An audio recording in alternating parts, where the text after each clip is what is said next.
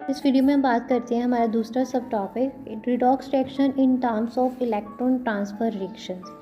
सो redox reaction मतलब reduction oxidation reaction. तो ये केमिकल रिएक्शंस है जहाँ पे इलेक्ट्रॉन ट्रांसफर होते हैं, सब्सटेंसेस के बीच में इलेक्ट्रॉन ट्रांसफ़र होते हैं। ऑक्सीडेशन में हम इलेक्ट्रॉन्स का लॉस होता है, जबकि रिडक्शन में इलेक्ट्रॉन्स का गेन होता है। तो इन रिडॉक्स रिएक्शन एक सब्सटेंस जो है वो इलेक्ट्रॉन को लॉस करेगा, मतलब ऑक्सीडेशन होगी, और दूसरा सब्सटेंस क्या करेगा, इलेक्ट्रॉन्स को गेन करेगा, मतलब कि रिडक्शन शो करेगा।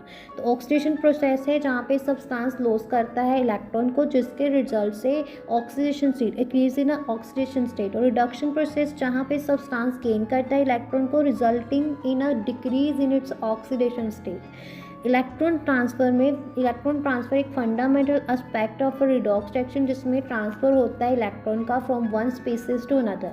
ऑक्सीडाइजिंग एजेंट कौन सा होता है और रिड्यूसिंग एजेंट कौन सा होता है? तो ऑक्सीडाइजिंग एजेंट वो सब्सटेंस जो एक्सेप्ट करता है इलेक्ट्रॉन को और रिड्यूस करता है, reduced in a redox reaction, that is oxidising agent.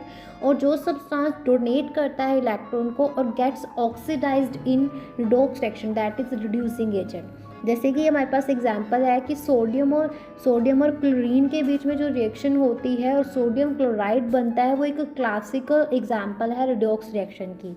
तो इस रिएक्शन में क्या होता है कि सोडियम जो है वो इलेक्ट्रॉन को लॉस करता है और gets oxidise to form Na positive ions, जबकि क्लोरीन गेन करता है इलेक्ट्रॉन को और gets reduce to form chloride ions, Cl negative ions. तो सोडियम एक रिड्यूसिंग एजेंट है क्योंकि ये लॉस कर रहा है इलेक्ट्रॉन को, और क्लोरीन जो है जिसके कारण क्लोरीन टू बी रिड्यूस्ड, और क्लोरीन जो है वो ऑक्सीडाइजिंग एजेंट है क्योंकि ये इलेक्ट्रॉन को गेन कर रहा है और causes sodium to be oxidise. तो ये ट्रांसफर जो है इलेक्ट्रॉन का is what drives the reaction forward. तो सिंपल शब्दों में थिंक ऑफ इट की like a game of catch. एक प्लेयर जो है वो थ्रो करता है बॉल को away and the other player जो है catches the ball. The act of throwing and catching is electron transfer and the players action are the oxidation and reducing respectively. Clear हो गया? हाँ जी।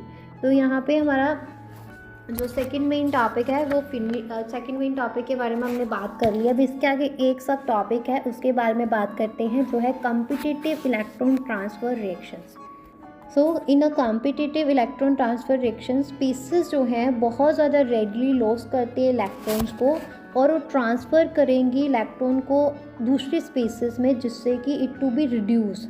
और ये प्रोसेस जो है अकर्स इन रिडॉक्स रिएक्शन, जहाँ पे दोनों ऑक्सीडेशन और रिडक्शन जो है साइमल्टेनियसली हैपनिंग होती है उनकी। एग्जांपल जैसे कि रिएक्शन जो है जिंक और कॉपर सल्फेट में, जहाँ पे जिंक लॉस करता है इलेक्ट्रॉन को और कॉपर गेन करता है।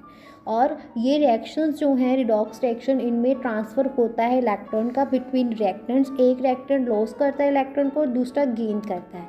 कॉम्पिटिटिव इलेक्ट्रॉन ट्रांसफ़र में क्या होता है इस सिचुएशन में, जहाँ पे बहुत सारे मतलब हो सकते हैं मल्टीपल रिएक्टेंट्स जो है वो पोटेंशियली भी ऑक्सीडाइज्ड या फिर रिड्यूस्ड, और एक जो है with a higher tendency to loss electron और will be preferentially oxidise and other will be reduce.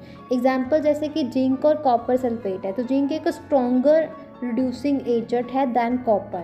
So zinc metal जो है वो place in a copper sulphate solution, और जिंक एटम जो है वो लॉस करेंगे इलेक्ट्रॉन्स को और जिंक आयंस बनाएंगे ऑक्सीडेशन में। और इलेक्ट्रॉन्स जो हैं जो लॉस्ट होंगे जिंक के द्वारा वो ट्रांसफ़र हो जाएंगे कॉपर आयंस में।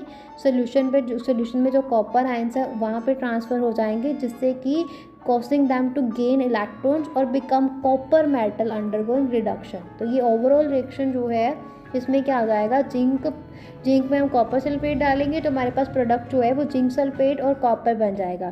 तो एक सब्सटेंस जो डोनेट करता है इलेक्ट्रॉन्स को और ऑक्सीडाइज हो जाता है in redox reaction, that is reducing agent, और सब्सटेंस जो एक्सेप्ट करता है इलेक्ट्रॉन्स को और रिड्यूस हो जाता है रिडॉक्स रिएक्शन में, दैट इज ऑक्सीडाइजिंग एजेंट।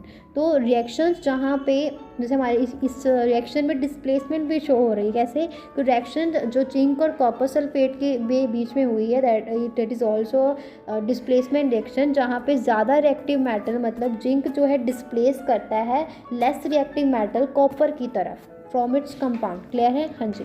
तो यहाँ पे हमारा सेकंड मेन टॉपिक फिनिश होता है।